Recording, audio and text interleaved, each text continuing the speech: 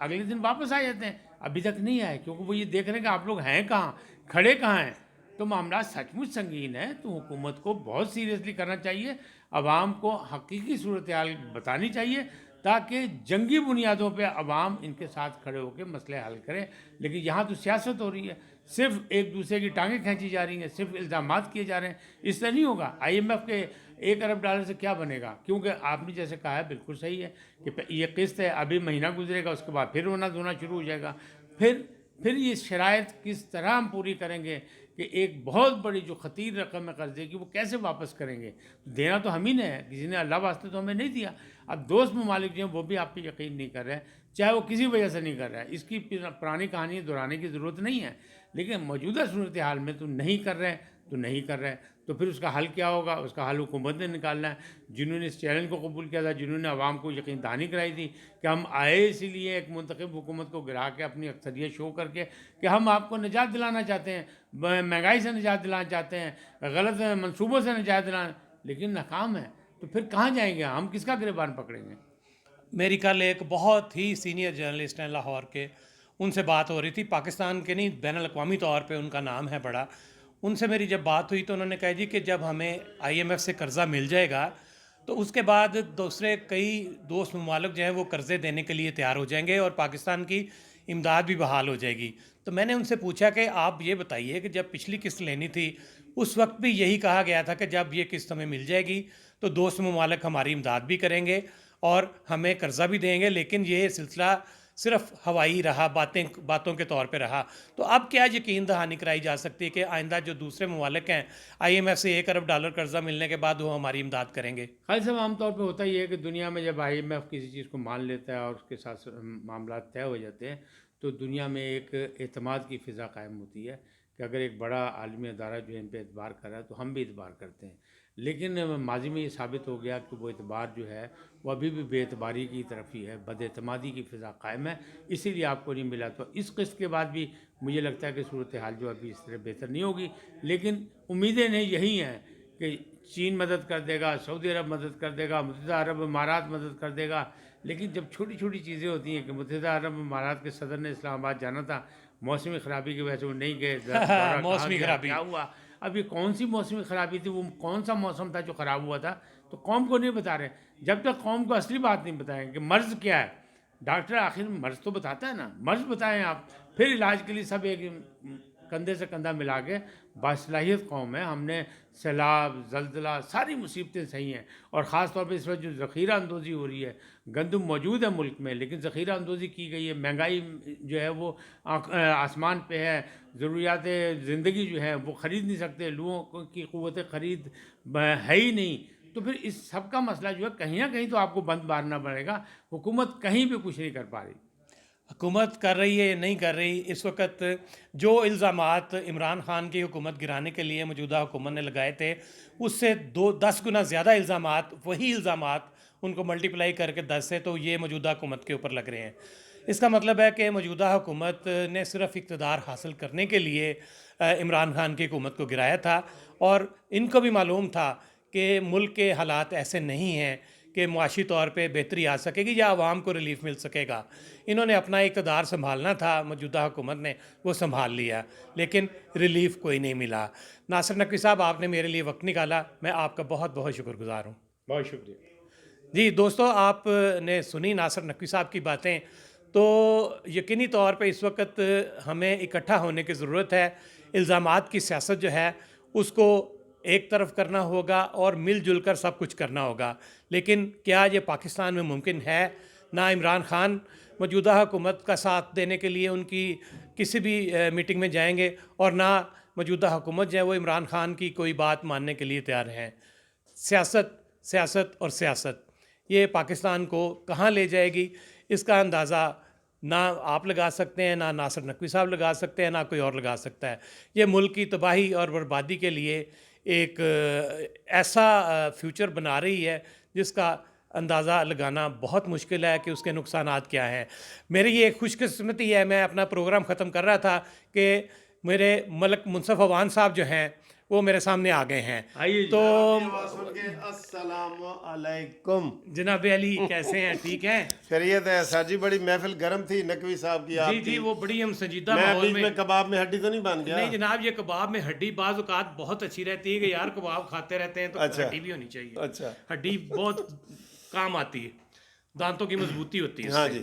تو اب جی میں بات کر رہا تھا ان سے کہ جی جس طریقے سے ملک کے بارے میں یہ کہا جا رہا ہے کہ معاشی طور پہ حالات مزید بگڑ رہے دیوالیے ہیں. کے قریب. دیوالیہ ہوتا ہے یا نہیں ہوتا وہ تو الگ بات ہے، لیکن خراب اتنے ہو چکے ہیں کہ نہ آپ کے پاس اتنے وسائل رہ گئے ہیں، نہ میرے پاس رہ گئے، نہ ایک عام غریب آدمی کے پاس رہ گئے، اور نہ ہی جو بڑی اس وقت کے جو امیر لوگ ہیں ان کے پاس وہ سورسز رہ گئے ہیں.